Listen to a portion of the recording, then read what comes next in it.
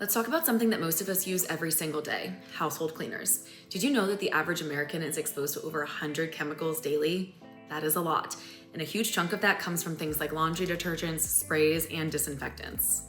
There's actually already been research done this year showing that many of the biggest household cleaning brands contain things like hormone disruptors, lung irritants, and very dangerous carcinogens in all of their products. What's honestly so scary to me is the thought that these toxic products could be affecting your health negatively with prolonged use in ways that unfortunately you might not even notice until it's too late.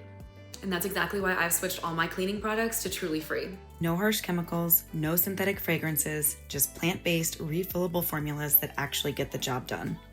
So, are you ready to join the movement and detox your cleaning routine? Here are a few tips to get started. Do a little bit of research first and actually read the label before you buy some of these products to make sure you're avoiding things like sulfates, artificial fragrances, and other toxic ingredients.